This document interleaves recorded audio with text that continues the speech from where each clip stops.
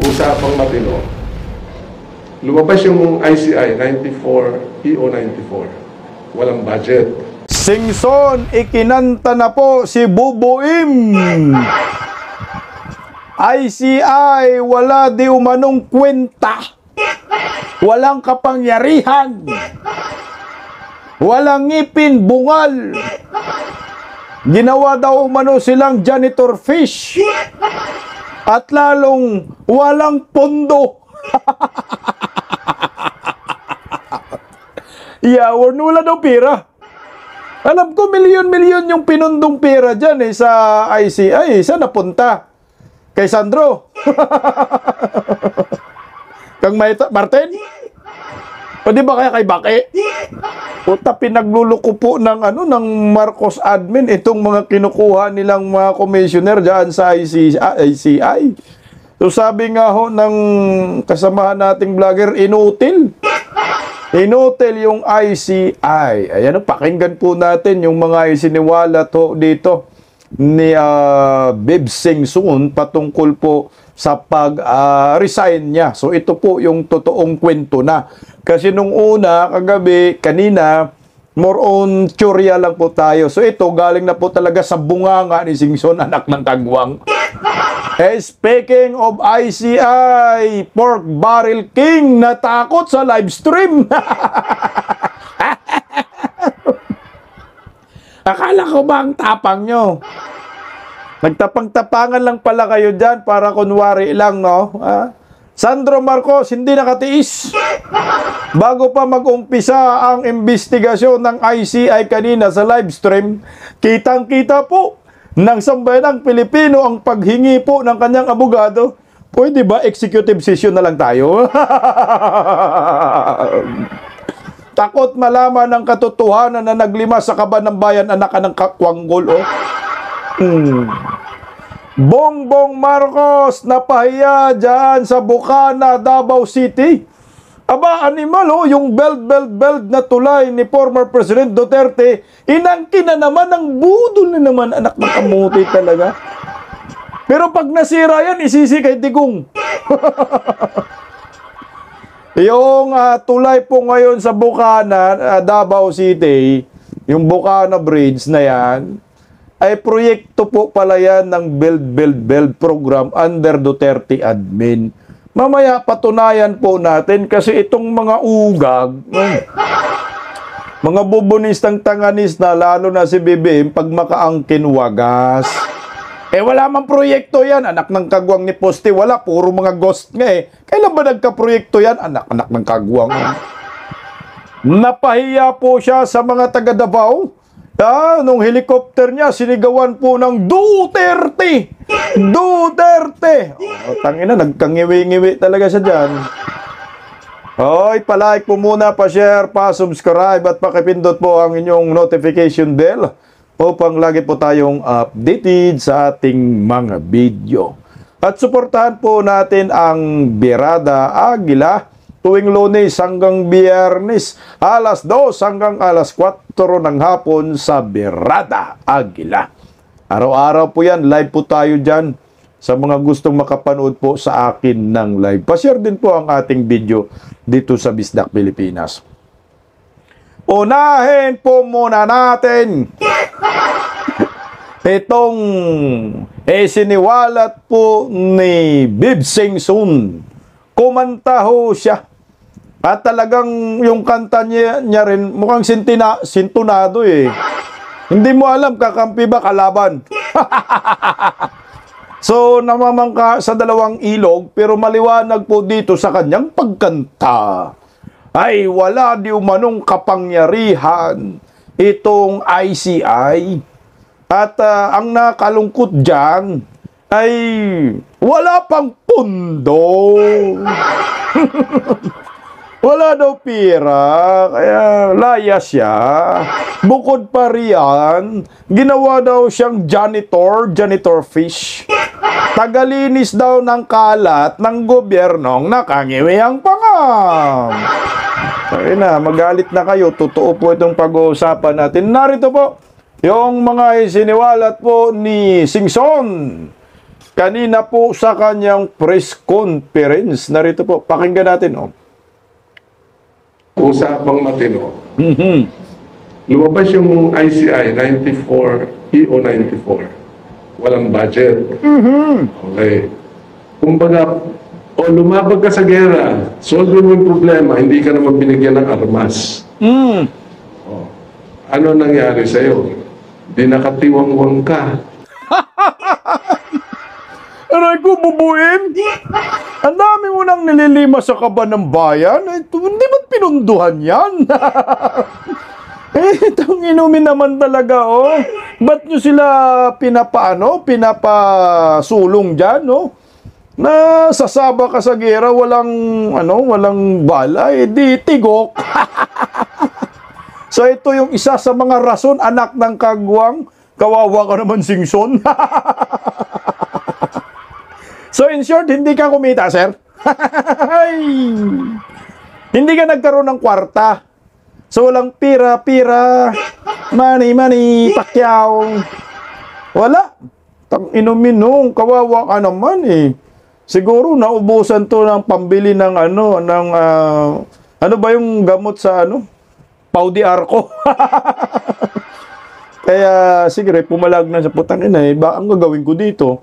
Susugod kami, wala namang bala. Parang sinabi lang ni Buboy mo, magpakatiwakal kayo dyan. Alam ko, sir, may pondo, sir. Milyon na banggit. I think 400 million. Nasaan yun? Sino ang nakinabang? Alam mo, Singson, ikanta mo pa ng ikanta kung ano ba ang na-experience mo dyan sa commission na yan na walang kredibilidad. Incompetent ika nga dahil walang silbi yung commission. Sarswila, optics, palabas lang ni Bangag. O ito, yung unang rason, wala daw pira, aray ko diha. So, tiway. So, yung pira, napunta kay Tambaloslos na naman kay Sandro Marcos, anak ng kamote. O.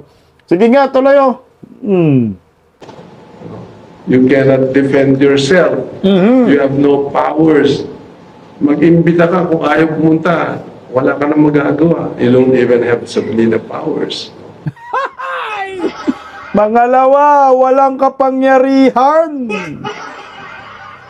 Oplok! Hindi makapagsubpina.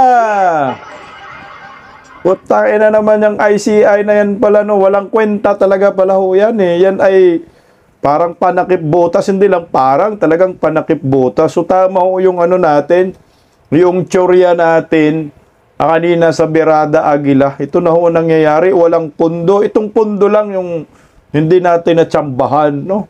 Kasi alam ko, milyon-milyon yung pondo, pero ito ngayon, walang kapangyarihan daw. Wala naman talaga. Alam mo, mas makapangyarihan pa yung ginawa ni former President Duterte na Presidential Anti-Corruption Commission kay Bilhika. Kasi nakapagpapile sila ng kaso, nakapagsampaw sila ng kaso, marami silang ginampa na kaso. Pero ito sa Marcos admin, walang pangil eh. No, hindi sila nakapagsampa ng kaso, rekomendasyon lang, nire-recommend sa ombudsman. Yun sana, pinapalakas na lang sana yung Presidential Anti-Corruption Commission ng previous admin. Kaso nga ang problema, ang gobyernong nakangiwi ang panga, unang araw pa lang nanunumpa ang buang. Yan ang tinanggal, kaya bumabaha ng mga buhaya sa gobyernong nakangiwi ang panga. Kaya ang resulta, ubos ang pera ng bayan, baha dito, baha doon, maraming namamatay. So, sino ang sisihin natin? Hindi singiwiin. Tuloy, wala daw wala daw kapangyarihan. Gusto mong magpaalisin ang isang tao. Hindi pwede. We don't have that. We have to go to court for a hold departure order. O, ano nangyari? Nakaalis. Sisisihin pa kami doon. Punching bag ka na naman. Ba't hindi nyo pinigilan? Wala na kaming power to stop that guy from leaving. Aray ko! Buti naintindihan mo yan. Nakawawa nga, di ba? Kagagawan, kapalpakan ni Bangag, pero ang sinisisi itong 70 plus na yata yung edad nito eh. Binubugbog, natatanggal na yung buhok eh. Medyo malapad na yung airport. Ang inumin ka, bubuim! Ano na? Ayan na, patay kayo diha. O yung, kaya pala, no, yung hold departure order, wala silang ganong kapangyarihan. Anong nangyayari sa'yo? Bungit. No? So ngayon, ang pag nakalayas, kagaya ni Bunuan, ang sisi dito, pati kay Saldico, sila ang sisihin. So ikaw ba naman, putangin na, gusto kong magtrabaho ng maayos, pero itong nasa gobyerno ngayon, sa Malacanang, anak kayo ng kagwang kayo, ginagago ninyo kami, para kaming ginawang punching bag eh. Kami yung parang binubuhusan ng sama ng loob ng maraming Pilipinong galit na sa mga buhaya ngayon. Hugas kamay si Bangag, ang linis nga eh. Pero ito lumalabas, walang kwenta yung ICI ni Bubuim na kanyang ginawa sa kanyang pamagitan ng executive order eh. So palpak na naman ang hinayupak. Sige nga, tuloy sir eh. That's what I mean. Mhm. Ang liwanag naman noon. No? So we were absorbing a lot of the flack for something that we have no power to do. Mhm. Pakulong nyo yan, yung kurakot. Wala naman kami power na magpakulong. O di, sino sinisi? ICI. Ang bagal nyo. You must be protecting the big fish. You must be protecting somebody. So binato ng lahat sa ICI. That's what I meant when I discussed it with Congressman Elise.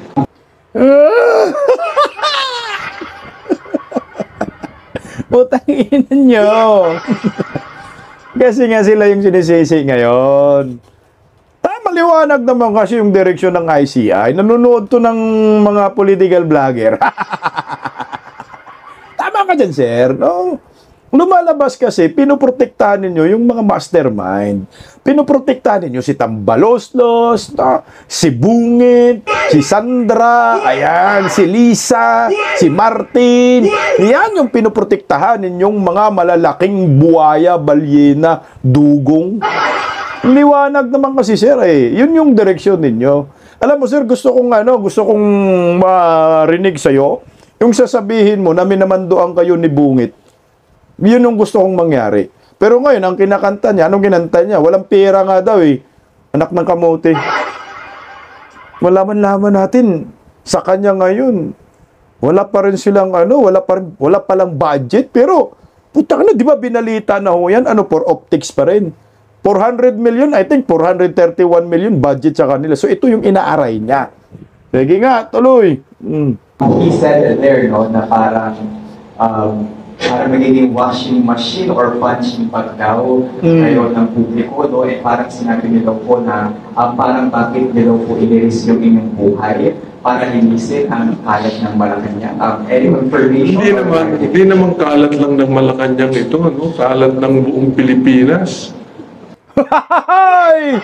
Sir, kalat ng Malacanang, kalat ng buong Pilipinas, kalat ni Bongbong Marcos yan. Huwag mo na masyadong patapsing-tapsing lang.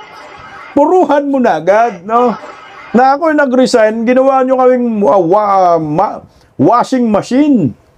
Kalat ni Bongbong Marcos. Marcos admin ngayon, sir. Hindi po ngayon Duterte admin.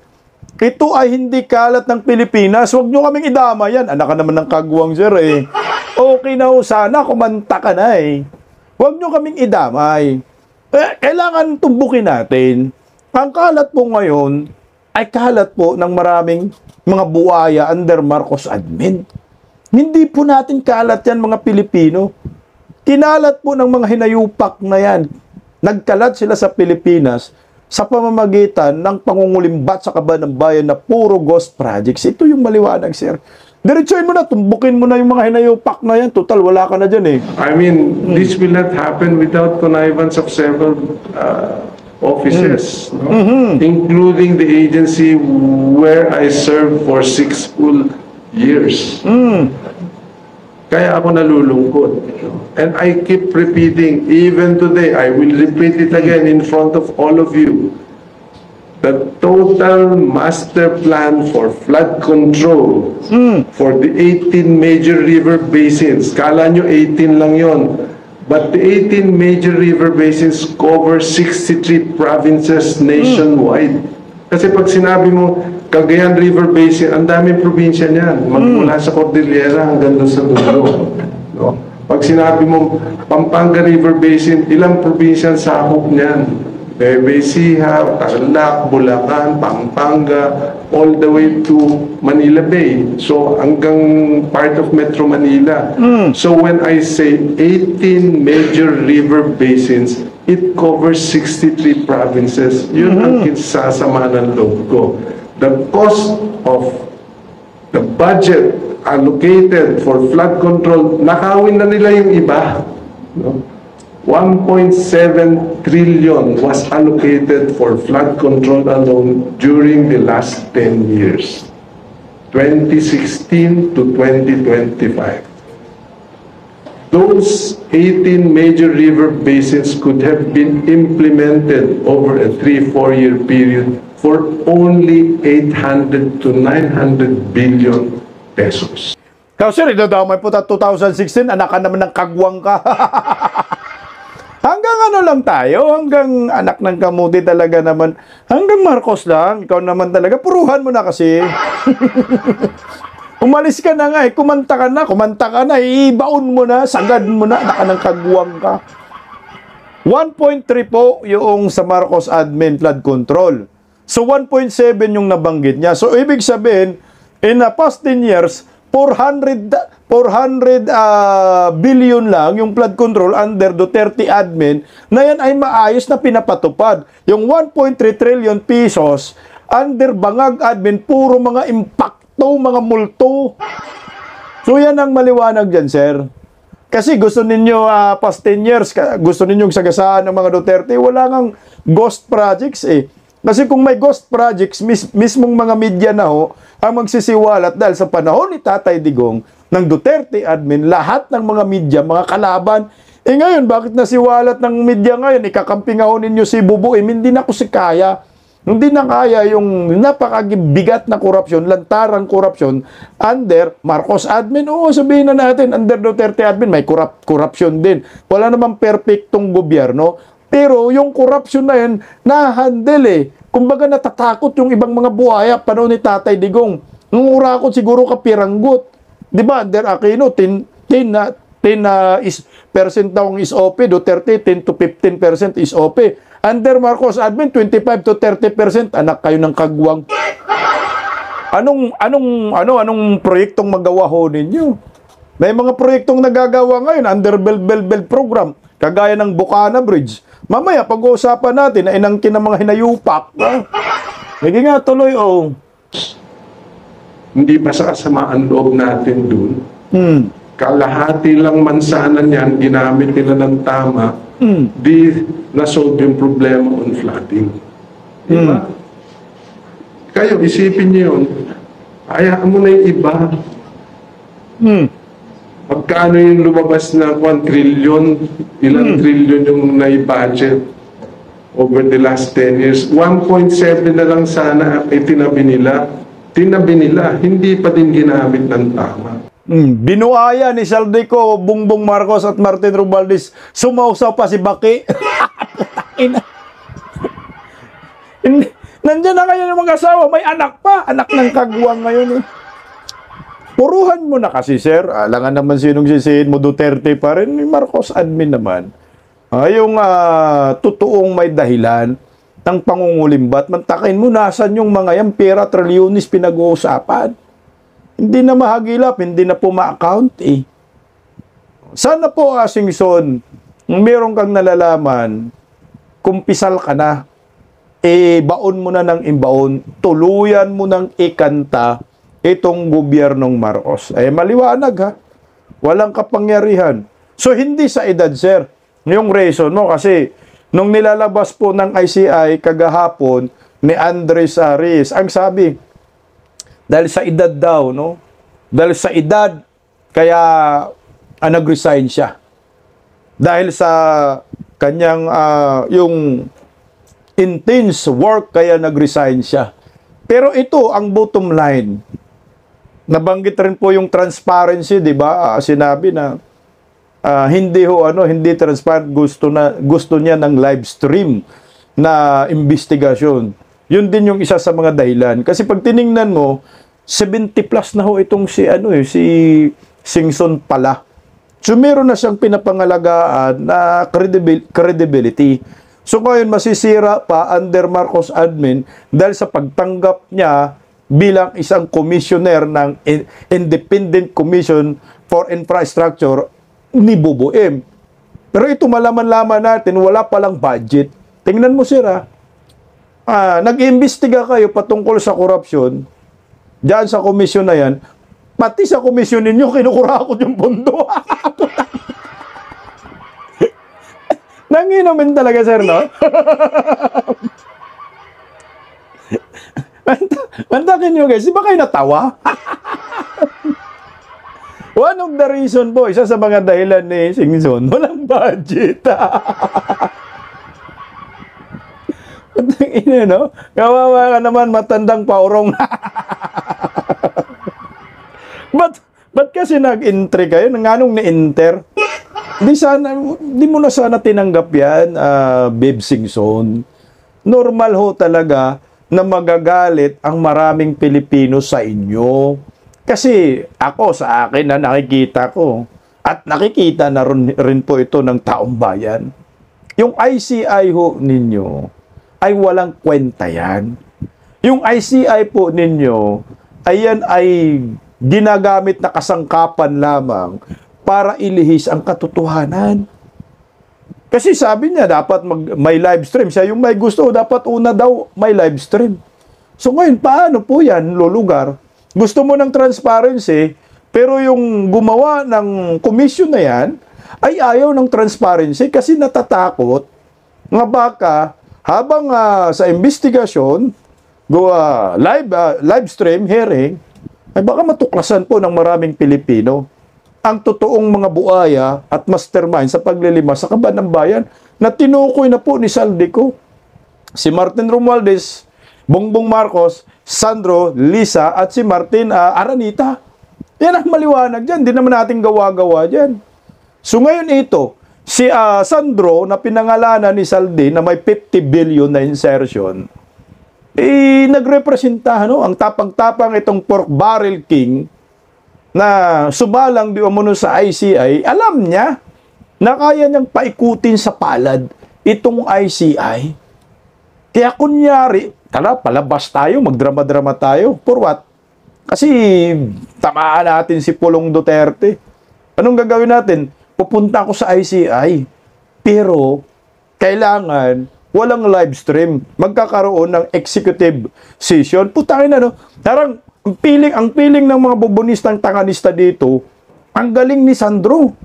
Anong ang galing? Ang galing mangurakot.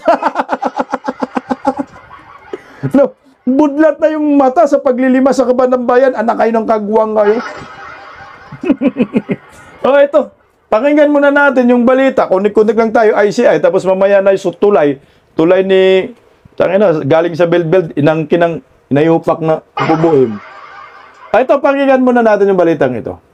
Umarap sa Independent Commission for Infrastructure si Ilocos Norte 1st District Representative Sandro Marcos para sa pagdinig ngayong araw. Pero hindi ni live stream ang buong pagdinig dahil sa hiling niyang executive section. Para sa iba pang detalye, nasa linya ng telepono si Gerard de la Peña. Gerard, bakit ba humiling ng executive session si Congressman Marcos? Bandang 1:30 nga ng hapon nang dumating dito sa Independent Commission for Infrastructure si House Majority Leader Congressman Sandro Marcos. Bago siya pumasok ay nagbigay siya ng maikling pahayag kung saan sinabi niyang voluntaryo siya nagpunta dito. Walang sapina at di rin siya paksa ng anumang investigasyon. Pero handa naman daw siya magbigay ng mga nalalaman niya para makatulong sa investigasyon ng komisyon. Pero tulad ng mga nakaraang sumalang sa hearing dito ay humiling naman ng executive session ang kampo ni Marcos. Ang sinasabi Boom! Okay ninam, Sandro! Ang galing ng pagka-build up sa'yo ng media, no? Nagboluntaryo ka pumunta dyan, pero ang ending, executive session. Para daw yung mga nalalaman niya, ay isiwalat niya. Paano namin malalaman kung executive session yan? Anak ka naman ng kamote talaga, Sandro, eh. Bumubudlat na yung mata mo, dami ng eye bags. Namana-mana lang sa tatay, no? Sige nga tuloy, oh. Oh. Sabi ng kanyang abogado, baka raw yung mga detalye, yung mga datos na ipapakita dito ni Congressman Sandro Marcos ay baka raw maka-apekto ng, baka may hindi magandang epekto dun sa ginagawang investigasyon ng ICI. Samantala, wala namang balak humarap sa komisyon si Davao City Congressman Pulong Duterte. Hindi naman daw independent itong komisyon, kundi isang propaganda para gawing punching bag ang mga hindi kaalyado. Correct. Sinabi pa niya sa isang pahayag sa kanyang Facebook page, bukas naman daw ang kanyang record, malinis ang kanyang konsensya at hindi raw siya magpapagamit sa anumang political drama. Sa ngayon, Ruth, ay ongoing pa ang pagdinig pero nangako naman itong si Congressman Sandro na magpapaunlak ito ng interview pagkatapos ng kanyang hearing. Tingnan mo ang yabang-yabang, yung mamaya natin pag-usapan yung sagot ni Kung Pulong Duterte. Ang yabang-yabang ni Sandro, no? Pumunta siya dyan, sumugod siya. So, akala mo handa-handa siya, no? Okay na sana eh. Pero ang ending, executive session. Nagpa-interview siya sa media. Tingnan mo naman, feeling niya na may nangyayaring maganda, feeling niya na-impress yung mga tao. Hindi na-impress yung mga tao sa'yo, hunghang. Ang na-impress yung mga bubunisang tanganista. Kasi kung ni-livestream mo yon, hindi mo in-executive session, ang sarap i-content. Sige nga, tuloy. Again, andito ako to lend anything that I know that will aid the ICI in their investigation. As I said, wala po akong tinatago, so I am happy to assist them in any way. In any. Nasabi na. Wala na siya tinatago. I'm happy to assist them. Tapos na siya, wala kang tinatago. Pero executive session, ano yun? Matangin na niloloko mo lang mga supporters mo, ay Sandro. Niloloko niya yung mga bubunistang tanganista. Kung wala kang tinatago, hindi ka nag-request ng executive session. Hindi ho sana nagpa-livestream ka until kingdom come. O tayo ng sinungaling na sa mid, Hindi nga, tuloy, Any way, shape, or form. With regards to how it went, kung ano man ang mga tinanong nila, I have given the ICI full authority if they deem fit to release the video of my testimony. So, again, I am happy for them to do so if they believe that there is no information there that will jeopardize their investigation. Sir, yung allegations nila. Bakit ayaw mo pa-livestream? Kung wala kang mga statement na hindi nakakasira dyan sa ICI, anak ka ng kagwang, pagkakataon mo na sana. Mapatunayan mo na wala kang kinalaman sa flood control. Nagpa-livestream ka, nagpa-executive session ka, kasi sabit ka rin.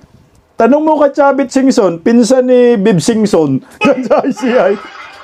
Daming flood control mo daw doon na Sandro, hinahabol nyo pa nga. Bago pa daw, yung iba dyan eh. Overtime daw, meron pang mga military na kabantay habang nagtatrabaho dyan ng flood control. Huwag mong lokohin, Sandro, nabudlat na rin mata mo. Sige nga, tuloy Dating Congressman Zaldico, natalakay ba siya sa hearing niyo today? Yes po, tinanong. May nagtanong. Well, again, I will just repeat my statement that it's pure fabrication and pure lies. It's one that it's a move that reeks of desperation. It's a political ploy. And I've already attributed it to attempts at destabilization of the government. So is that all possible? Yung scenario... Destabilisasyon daw sa gobyerno. Kayo nga nag-destabilize ng gobyerno, nililimas ninyo mga pamilya yung pera ng bayan eh. Kawawa nga ho mga OFW eh. Walang maniwala sa'yo dyan, Sandro. Dahil nga hindi ka nagpa-livestream. Ako, naawa lang ako sa mga supporters mo eh. No? Talagang, parang hinahangaan ka. Parang binibuild up ka ng todo. Pero pagdating dyan, atras ka pala eh. Livestream lang, ayaw mo pa. Kasi nga, takot ka pagpiestahan sa social media. Sumugod ka pa dyan. Mas maganda siguro, hindi ka na pumunta. Kasi sabi mo, hindi naman ako imbitado. O hindi ka pala imbitado, bakit ka pumunta dyan? For what? For optics? Sarswila? Palabas? Drama? Pelikula? Sinong direktor? Tatay mo? Nakangiwi ang panga? Yan yung problema dyan eh. Okay na sana, goods na pumunta ka, pero hindi mo ni-livestream. Alam nyo, hindi naman kami dito ang kawawa. Ang kawawa dito mga supporters mo. Putangin na, paglabas pa lang ng sasakyan, daming media, no? Pero ang ending, atras sa camera, ayaw namin live stream. Roko, tuloy. Kaya sinasabi ni Pong po na may 50 billion kang pati sa father mo na inutusan niya allegedly sila speaker. Honestly, to my knowledge, no, it's not possible. Why? Okay, sir. Because first of all, the executive has nothing to do with the legislative. And secondly, the allegations are untrue. I did not do any such a thing. Kung nakikita niyo po yung listahan, may mga project dyan sa Davao City. Nakalista sa Davao City. Ba't napunta ng Davao City? Anak ka ng kagwang ka. Anong not possible? Sinong niloloko mo? Hindi yan not possible. Hindi yan imposible. Posible. Sobra-sobra. Anak ka ng tatay mo. Yung tatay mo, presidente. Yung uncle mo, Speaker of the House. Anong sasabi not possible? Sinabi na nga ni Saldico, General Appropriation Chairman Committee, na ikaw may 50 billion kang insertion. So ngayon, itinatanggi mo. Si Saldico, maraming lista, nakalista. Nandun lahat. Tingnan natin sa Ilocos Norte. Alam naman natin sino nakatira doon. Ba't ba ako maglalagay ng projects doon? Sana naman pag-aralan nila ng mabuti. But in any case, ghost nga di ba? Ghost projects. Meron kang insertion, inilagay mo, makatanim ghost projects yung ginawa mo Pero walang proyekto na napunta. Ghost, nasan yung pera? Binulsan nyo. Hindi, malay natin, di ba yung ikinanta ni sino yun, ni Chanko? No, bakit kami, yung ibang mga district representative, may mga pondo na ganito, may mga proyekto na ganito, hindi kami nagre-request, di ba? Yun yung sinabi ni Chanko. Bakit nagkaroon? Kanino galing? Malaman-laman Saldico. Iutos ninyo yan. Di ba? Kayo nga ho yung kings of pork barrel Magkano? 1.3 trillion allocable amount. Ayon po mismo yan sa Billionaire News Channel. Hindi nga. It's really not worth it. It's like I said, it's just an attempt. Should the ICI investigate your father? Kasi may mga statements isa. I don't want to speak on behalf of the ICI. You're going to have to ask them. Okay? Thank you very much. Sir, what can you say about Saudi ko? Sir, you're ready for a lifestyle check, sir? Ayaw mong pa-lifestyle check. Kasi baka makita, laging nagbabakasyon sa Singapore. Tatay sa Singapore. Kasi tabi sa mga kumakain. Manunood ng F1 Racing, anak ng kagwang talaga naman. F1 Racing Grand Prix. Ayan, sila ho yan. Limas ang pera ng bayan dahil sa bilyones na insertion. Tingnan mo ng mukha niya dyan. Talaga namang budlat na. Tingnan mo yung naka-brown. Kinabahan na. Ito po yung sa loob ng ICI kanina. Akala mo naman, ila-livestream. Pero hindi pa lang nakapagsalita si Sandro, pinara na agad ng abogado, executive session po tayo. Ito, pakinggan natin. Honors, we have written earlier to formally request for an executive session because our client here has already submitted himself voluntarily. He would like to share as much information as he can, as candidly as possible. And more importantly, there may be critical information that may be elicited from his testimony, which may jeopardize or compromise further investigation of this commission. So for that reason, we again request that for an executive session for Congressman Marcos. Sir, do you consent to distribute copies of your sworn affidavits and other exhibits to the public and other forms of mass media, including social media? Yes, sir, I consent. Do you confirm that you submitted to the Commission a letter requesting for an executive session? Yes, sir, we do. Do you consent that the Commission may share this letter request to the public and other forms of mass media? Yes, sir. You may now be seated. Thank you. Approve. Watang ina mo, Sandro. Okay na sana, hanap ka ng kagwang ka.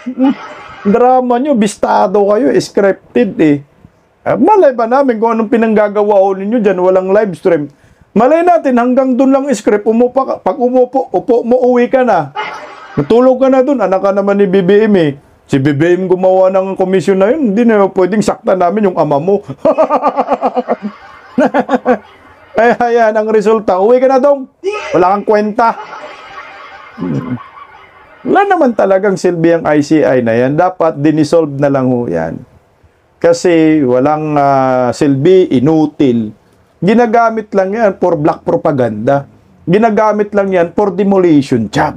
O tingnan mo ngayon. Sino yung mga nire-recommend nila nakakasuhan? Mga senador. Nasaan yung mga buhayang kongresista na diyan nagsimula yung insertion? Mga bata niya, no? Martin Romualdez, nasa na yun? So mga senador yung ginigipit nila. Ngayon, si Pulong Duterte. Putang ina, bakit ba si Pulong Duterte ang papuntahin nyo dyan? Wala ngang ghost project sa Davao. Ito sabi ni Kung Pulong Duterte dyan. My record is open, my conscience is clean. At hindi ako papagamit sa political drama ng kung sino-sino. Ito ay political drama nga ho eh. Gusto nila na hatakin natin ng mga Duterte kasi pag napahira natin to ng kaunting putik lang, talagang mag-trending at putaktihin at matatakpan ang totoong may sala, mastermind sa paglima sa kaban ng bayan. Sabi naman ni Kong Pulong, the ICI a force without power nor jurisdiction over me. It is a continuing political propaganda and harassment against our family. Tama eh. Wala naman talagang jurisdiction. Hindi ho sila pwedeng makapagsubpina. Hindi po sila pwedeng magsuspindi. Yan ang sinasabi ni Singson. So for what? Bakit ako pupunta dyan? Gusto nyo lang akong gawing pulutan? Gusto nyo lang ako batuhin ng black propaganda?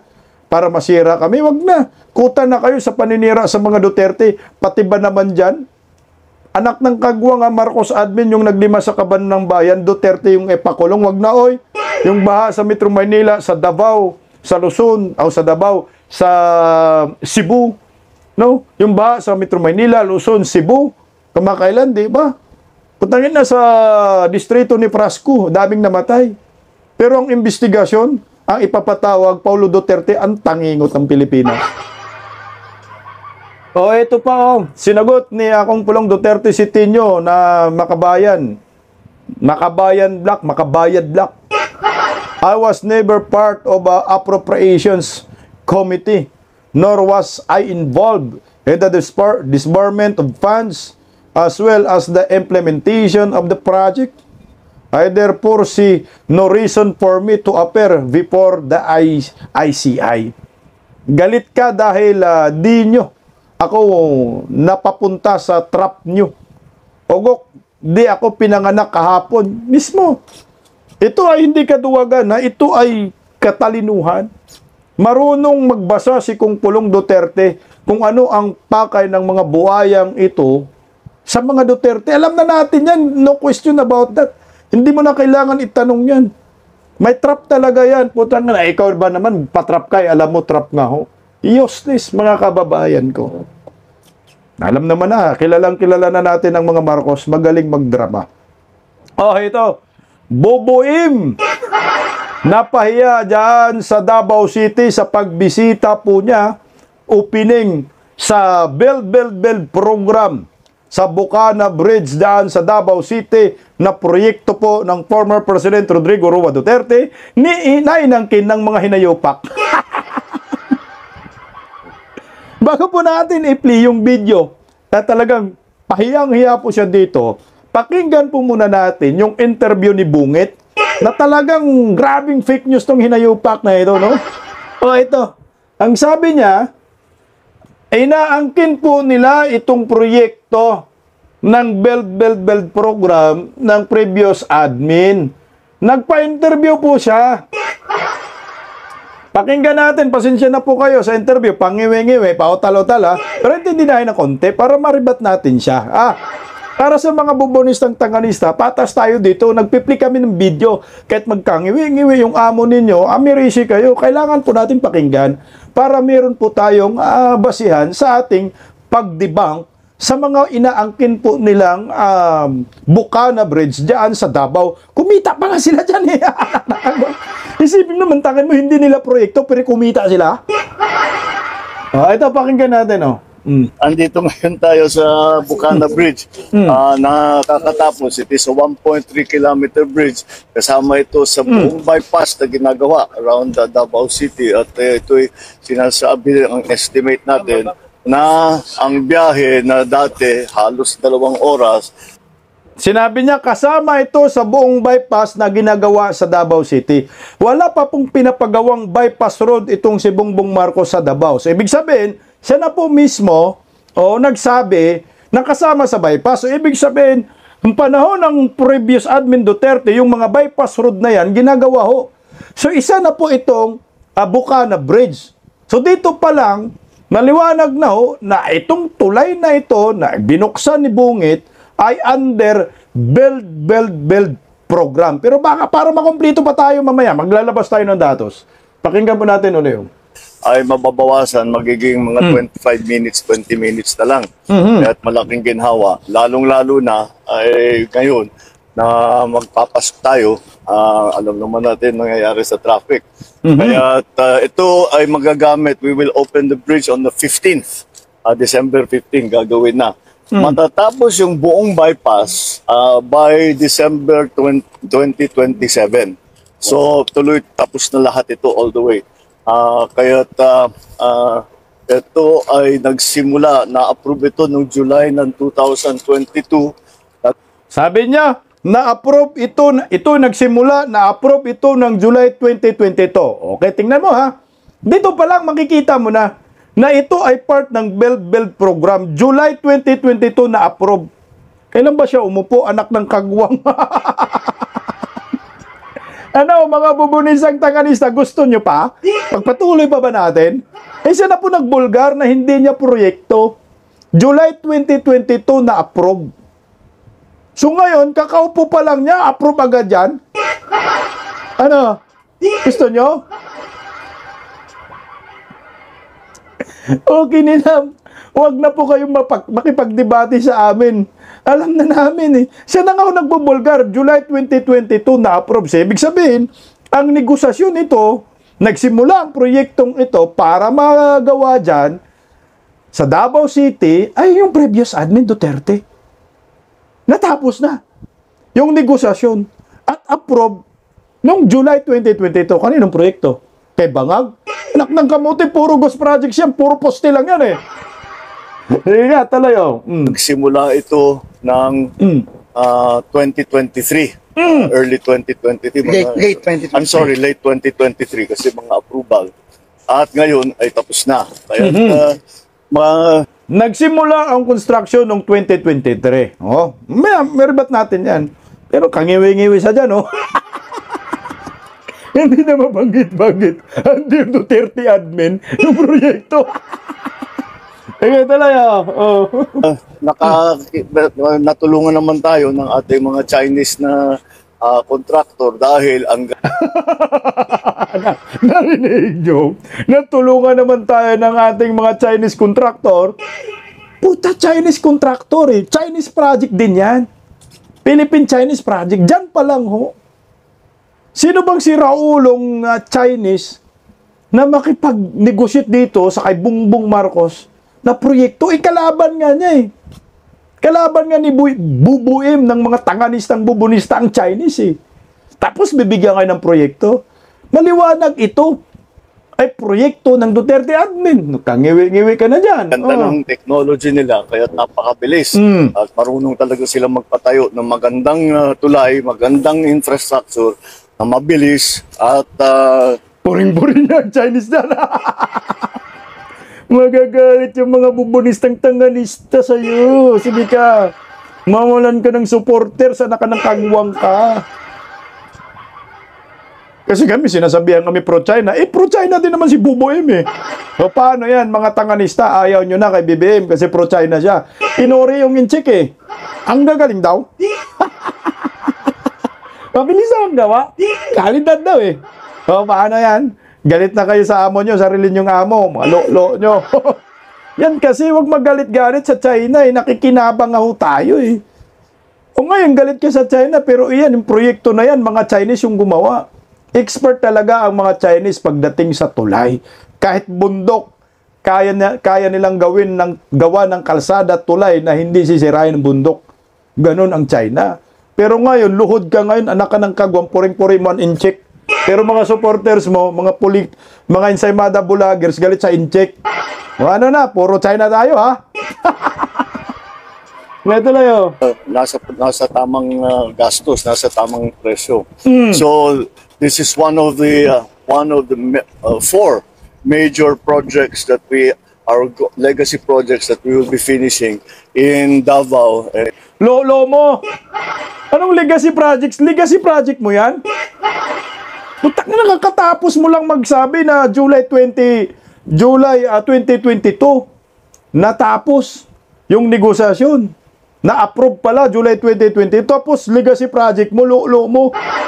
Yan ay legacy pa rin ng Duterte. Tatak Duterte, huwag mong ipilit yan. In its environs. So nakatapos na tayo yung marami na tayong nabuksan na section dito.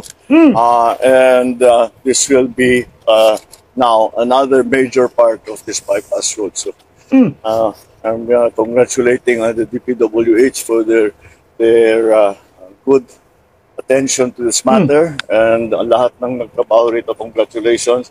At we're looking forward to December 15 kung kailan meron ng dadaan na traffic dito. Thank you. Legacy project. Di ba po yung legacy project nyo, flood control, puro ghost nga lang. Again, nalinawin natin, yung proyekto po na yan ay under build program. Hindi po yan legacy project ni Bangag. Yan ay build Duterte legacy po yan. Ayan o. Mas tumaas pa nga yung budget yan. Umabot ng 3 billion eh. Ayan o. Yan ay balita noong October 3, 2018. Chinese to undertake 1.5 billion Davao Bridge project. Ayan o. Davao City, the Chinese will help build the city's 1.5 billion Davao River Bridge Bukana project. Yan ang maliwanag dyan. Magkano po pinunduhan ngayon, magkano po yung pundo na sinabi nila? 3 billion. Anak ng kamote, nag-kickback na naman ito ng 1.5 billion. 3 billion lang pa daw ni Tatay Digong. Anak ng kamote ka naman talaga, bubuim. Bubuim! Pati ba naman dyan kumita ka? Tanginang, nagkakitaan mo yung inchik ha? Ito. Okay, for your information, madali lang po hanapin ang totoong kwento ngayon. Meron na pong chat GPT, dyan na po kayo magtanong. Huwag po kayo kay Bubuim sa mga ensaymada bulagers magtanong. Dahil nga, matik yan, fake news yan. O ito po ang totoong kwento. 2018, planning stage DPWH had a long-term plans to improve Davao East-West connectivity. Ayan ha. Bukana Bridge was identified as part of the future Davao City Coastal Bypass Road, Coastal Road. Ayan, nakasama yan sa Coastal Road. Itong Bukana Bridge ngayon na inangkin ni Bangag. 2018 po ito ha, early feasibility studies and conceptual designs were prepared so it could be proposed for foreign funding. So ngayon, nagawa na lahat ng plano patungkol dyan ng 2018, no? 2018 formalized under Duterte administration. So pagdating ng 2018, nagkaroon ng formal na talaga na pag-uusap dito. Kasi 2018 din yung planning, walang nakalagay dito na date. Basta 2018 formalized. The Philippines in China signed and exchange of letters of the China aid localized projects including the Davao River Bridge, Bukana Bridge. Pumirma Yung 2018, nagkaroon na po ng permahan ang Pilipinas at ang China. Aba, siyempre, kaibigan natin yung China that time. Mabigat yung pagkakaibigan natin. China grant funding. This officially placed the project under China grant funding, not a loan. So, hindi po to utang. Talagang pinunduhan po talaga to ng China. Ano, sarili talagang pera nila. Walang utang. Parang dunit ba ho ito? This happened during the height of Duterte's Build program PH in China Infrastructure Cooperation. Anak ka nang gagawang kabubuim. This is why it was formalized in 2018. The Duterte administration was actively securing foreign grants for large infrastructure in China, was offering aid for bridges outside Metro Manila. Kasi meron sa Binondo Bridge, Chinese din ho yan. Design 2019 to 2022, design review and release, detailed engineering designs underwent revisions. Right of way in coastal alignment needed adjustments. 2020 to 2021, pandemic time. Slowed government project processing. Medyo bumagal dahil pandemya. Environmental clearance and local coordination were completed. So, noong 2021 lahat na, 2020, 2021, nakumpleto na lahat ng clearance, saka yung local coordination, local government unit, nakumpleto na rin, completed. This year, ito naman, 2023, contract signing. Nyor, ito 2023 para ang contract signing, Nyor, anak ka ng kagwang. 2023, DPWH signed the civil works contract with China Road and Bridge Corporation. Buti, pinagbigyan pa ng China ito because of Duterte, dahil Davao po yan. Diba, mahal ng Chinese ang Davao dahil kay Tatay Digong. This officially moved the project from planning actual construction. Late 2023, nag-start yung construction. So ito po yung maliwanag po mga kababayan ko. Yung Bukana Bridge, under Duterte admin. Tingnan mo ha, meron pa akong nakitang news dyan. May news pa. Oh, na yung ano, na bridge, yung Bukana Bridge na yan, ay, tingnan mo ha, Davao City, galing sa Philippine News Agency po ito. The Chinese will build the cities of 1.5 billion Davao River Bridge Bukana project, one of the big ticket projects planned by Mayor Sara Duterte, anak ka ng kagwang bubuim. Ang utak ng lahat ng ito, mga Duterte, plano ni Vice President Inday Sara. Agawin mo pa? Wala na silang wala na silang proyekto. So ito po ay maliwanag na pambubudol na naman. Ito ay Duterte admin, part ng Build program. Ang nagpondo, China. Anak kayo ng kagwang. Kung ako inchik, bibigyan ko ng proyekto ng inayupak na to. Galit nga sa amin, binibira nga kami ng sa ASEAN Summit eh. Ang liwanag ng tatak oh. O anong tatak yan? Anak ng kagwang oh. Davao Bridge, Bukana Bridge. Philippine-Chinese partnership. Tingnan mo. Sa tingin nyo ba kung ang Chinese government hingian ni Bongbong Marcos ng proyekto, tutulong kaya ang incheck? Sa ginagawa ni Bongbong ngayon na pamimersonal sa China at nagpapagamit si Bongbong sa Amerika, di ba sinampal kayo kaliwat kanan ngayon? Ito ho yun. Maliwanag. Proyekto ng Duterte admin Build program. Di napahiya kayo mga bobonistang tanganista. Galit kayo sa China. Gusto nyong digmain. Ginuguluhon ninyo, nagpo-provoke kayo. Tapos sasabihin ninyo, inaapi kayo ng China. Putang ina, binigyan ka pa ng tulay. Hindi pa utang. Libre lang yata ho yan, anak ng kagwang. Kasi nabasa ko dyan, hindi daw loan eh. Hindi natin alam kung anong usapan ho dito. Pero, under Duterte admin, pagdating sa funding, galing sa incheck. Tapos ngayon, pilit nyo angkinin Sabihin nyo, part ng bagoong Pilipinas, anak kayo ng kamuti, wala na pong maluloko ho ng mga Pilipino. Marami na pong nagre-rebat ngayon. Ito ho ang patunay na ang China, kaibigan natin, hindi kalaban. Bakit ba ang Amerika, may tulay ba na dinudunit sa atin? Wala.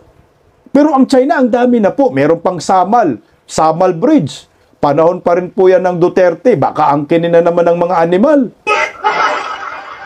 Tingnan mo, ginawa ng maayos, no? Pag makaproblema yan, sisihin Duterte. Natapos, sinaangkin. Dito magaling si Bungit. Magaling mambudol, magaling manguto. Kung siguro, Philippine flag yan at saka American flag, baka maniwala pa ho kami na proyekto po ng Marcos admin kasi kaibigan man daw niyang Amerikano. Pero hindi man watawat ng Amerika yan. Watawat ng Incheck, watawat ng China. Hindi pinagtatawanan kayo ng mga kritiko ninyo ngayon. Akala ko ba galit kayo sa China? Di ba mga bubonistang tanganista? Akala ko ba galit kayo sa China? So ngayon, puring-puri mo ang China. Inaangkin mo yung Belt program under Duterte admin na under bangag, bitter more. Wala kang proyektong ganun. Wala yan sa Blue Book ninyo, sa master plan. Economic master plan, infrastructure master plan under Marcos admin. Yan ay master plan under Duterte admin noong 2018 na ito ay sakop under Belt program. Yan ang maliwanag. So ngayon, angkinin nyo. Kaya ba makipag-usap ni BBM sa China patungkol sa proyekto? Ang sagot, hindi. Putangin na pag-uusapan lang na mabigyan ng magandang mabigyan ng parang freedom na mangingisda yung mga taga-Baho di Masinloc, hindi nila magawa. Binugbumba lang ng tubig, hindi kayang kausapin ang Incheck, binibira pa sa ASEAN. O ngayon, kaninong proyekto? Ang tanging makapagkausap lang sa China ay ang Duterte. Taga Davao. Na ngayon pumunta ka, dinapahiya ka ngayon, kinantsawan ka ngayon. Pahiya siya sa Davao, ito pakinggan natin, baka sabihin nyo, fake news tayo. Yung helicopter ni Bungit, paglipad. Sinisigawan ng mga Davawinyo na Duterte. Puta, nakakahiya, no? Pumunta ka, hindi mo proyekto. Saan ka pumunta? Balwarte ng inaapi mo at nakatulong sa yung nakaraang eleksyon at trinaydor mo pa. At nasa dahik yung tao. Kaya buti nga, hindi ka binato ng kamatis, anak ka ng kagwang ka, oh. O, nasaan ba yun? Oh, tingnan natin, oh.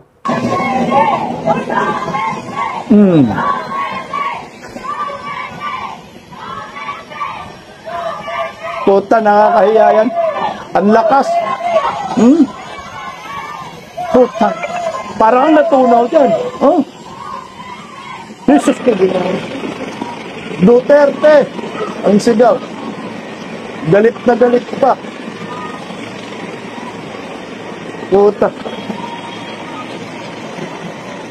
Dorog, Duterte. Hindi ka nahiya dyan, anak ka ng kagwang ka, pumunta ka pa. Buti hindi ka binato ng durian dyan. Nung bato ka ng durian, putang ina, ngiwi na nga yung mukha mo, lalo kang mangiwi. Pahiya na naman ang amo ng mga bubonista. Sabi ni Mayor Basti, darating si BBM bukas para tingnan ang buka na bridge niya. Palakpak na kayo agad. Kawawa naman yung tao. Hindi po, Mayor Basti, palakpak. Ang ginawa ng mga Davawinyo, sumigaw lang po ng Duterte habang dumating si Bungit. Kapal din ng mukha, no? Pupunta ka dyan, hindi mo naman proyekto yan. Dapat persona ng grata itong inayupak na to, eh. Mayor Basti, magdeklara ka nga ng persona ng grata dyan sa Davao City para hindi na makalapag dyan sa Davao. Baka magalit yung mga Davawinyo mo, bato ba ng durian na hilaw? Batuin ka ng durian. Sakit nun. Butas-butas yung ano mo dyan. Butas-butas yung mukha mo yan. Ngiwi ka naman. Lalo ka pang mangiwi. Ayan na po ang nangyayari ang pagkanta ni Singson. Wala daw pondo, walang kapangyarihan ng ICI. Kaya po ay siya ay nag-resign. Natakot naman si Pork Barrel King. Kaya hayan, executive session. Baka malaman ang bilyon-bilyon na insertion at mapagpistahan sa social media. Bukana Bridge, legit po yan. Under Build program ng previous Duterte admin. Pagising sa umaga, tanghali at gabi, nakikita ko ang post niya, ang hapdi. Paano nga ba to? Di ako makatanggi. Watch ko na lang at isipin ng mabuti. Bisdak Pilipinas, Bisdak, tinig ng katotohanan. Sa bawat vlog may laban sa kasinungalingan. Mulat ang mata, gising ang masa.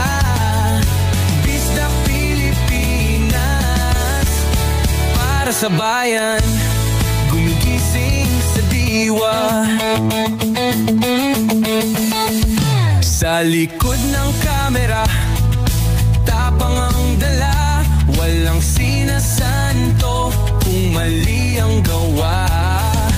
Hinay-hinay, pero palaban. Boses ng tao sa digital na labanan. Bisdak, tinig ng katotohanan.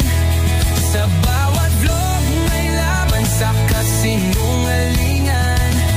Mulat ang mata, gising ang masa.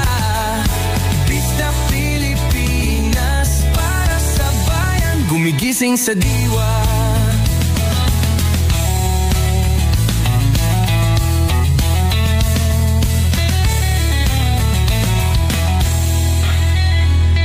Hindi artista, hindi politiko, pero ang katotohanan, sigaw niya ay buo.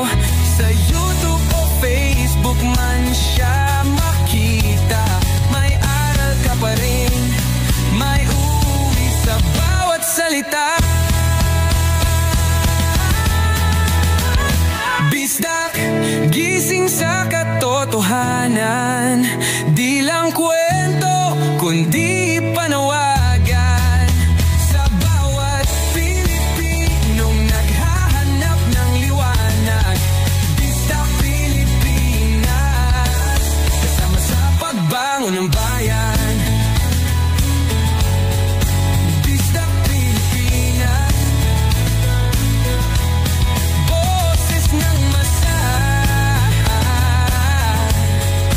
gising ang diwa. Sa vlog mo, may pag-asa.